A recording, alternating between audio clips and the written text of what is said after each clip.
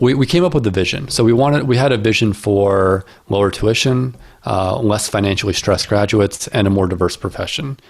And we noticed that there were two structural challenges that stood in the way of achieving that vision. And so we released a report a few months back that was the culmination of this work that really is a blueprint for how we see our work over the next few years, and specifically the next 5 years, because it's our 2025 vision.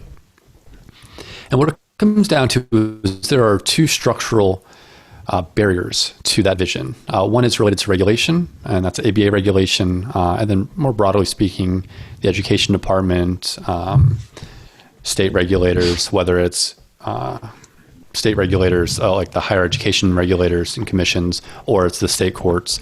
And then also the incentives are fundamentally malaligned in legal education because there's such a focus on the elephant in the room, which is the U.S. News and World Report.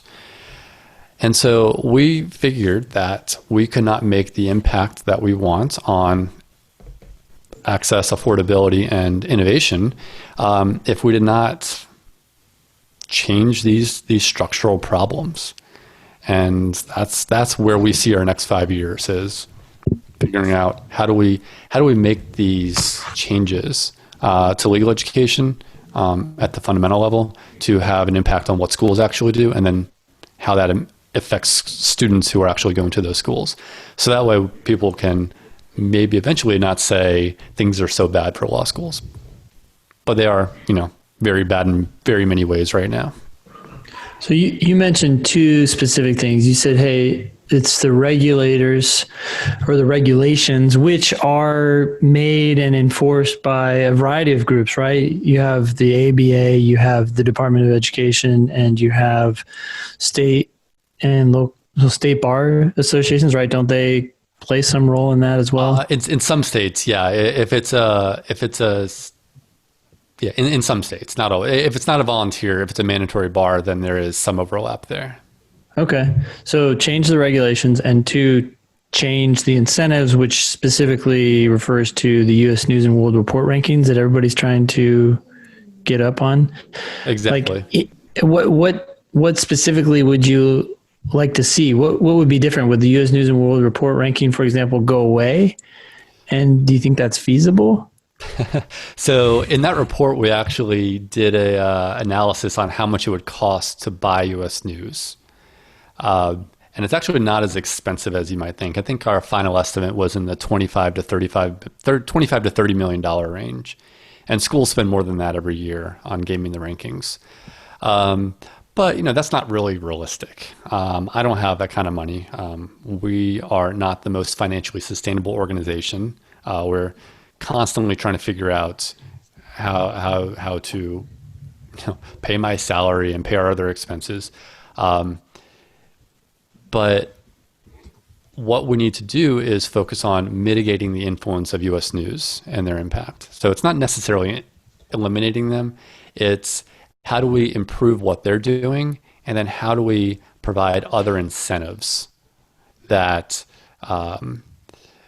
students and schools can use, tools basically that students and schools can use that will have them focusing a little less on U.S. News. I guess I'm a little confused because it seems like if you, let's say, for example, we were able to get that money and we were to buy them and say, aha, goodbye. It's fulfilling some sort of need, right? So on some level, wouldn't someone else just come in and try to fulfill that need? And stepping back, I'm actually curious. I do see the U.S. News and World Report ranking system being problematic, but can you walk us through why you think that creates the negative incentives? What incentives, how do you get from A to E to the point where, this is what's making law school tuition higher? Yeah, absolutely. So there's a lot to unpack with those questions. So I'll start with the easy question, which is, wouldn't something just fill the gap afterwards? And the answer is yes. If U.S. News went away tomorrow, the gap would be filled.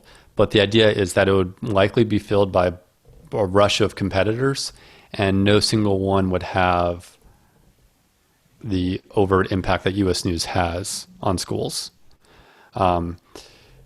That's the theory, at least. It's untested. It's an empirical question. So, if that were to happen, it may make more sense to, if we're buying the rankings, to just instead, use their IP and actually, create a new system within their old system. Now, what is wrong with their system? So U.S. News is an ordinal ranking, right? So 1 is better than 2, 2 is better than 3, 3 is better than 30. They put every school on the same list, right? So it's comparing, number 70 might be in California and number 71 might be in New York. And so the message it's giving to a student is that the number 70 school is better than number 71. And even if you want to work in the state where number 71 is, you should still go to 70 because it's better. Now, people are more sophisticated than that and can see, maybe 70, 71 are really close. Maybe they are. I don't know. Right. But when we're looking at, like, say, 60 and 90, if they had that ability with 70 and 71, they're much less likely to have that ability at 60 and 90. And so they end up making these bad choices, right? And in some cases spend more money because of it, because there is a bit of a relationship between a school's ranking and its cost. It's not as strong of a correlation as you might expect. It is at the very top, but it's a flatter curve in the middle. Well, I mean, sorry to interrupt you, but for each individual student, it's a strong relationship between cost and ranking because of merit-based scholarships. Right.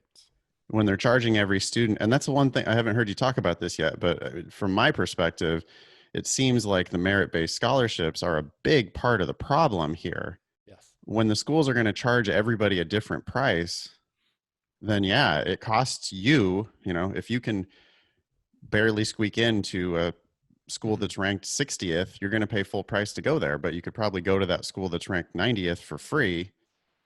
And then people make really dumb decisions to go to the school that's ranked 60th and pay full price when they could have gone for free at the school that's ranked 90th. Right, absolutely. So, zoomed out, we've got a distributional problem with how the rankings distribute schools, right? And that it's putting all the schools on the same scale, and then within schools, it's also a distributional issue on prices. So, and this goes, I think, to Ben's question of, like, the methodology. Why is that situation as you described, with students, who barely squeak into 60 paying full price and students at 90, getting the full ride? And it comes down to the methodology of U.S. News.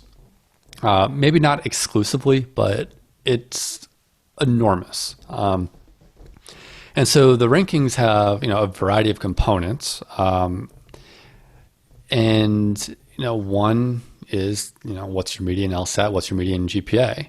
And so schools have figured out that this is where they can get some good bang for their buck, where if they can just change how much people pay and end up with the same amount of tuition revenue, they can do better on the rankings than if they didn't do that.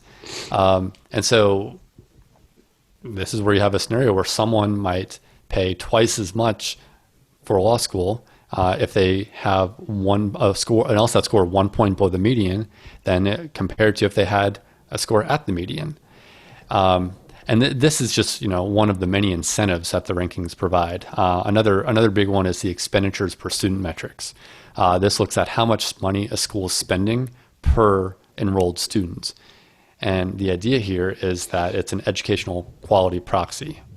The more money you spend, the better the school you are.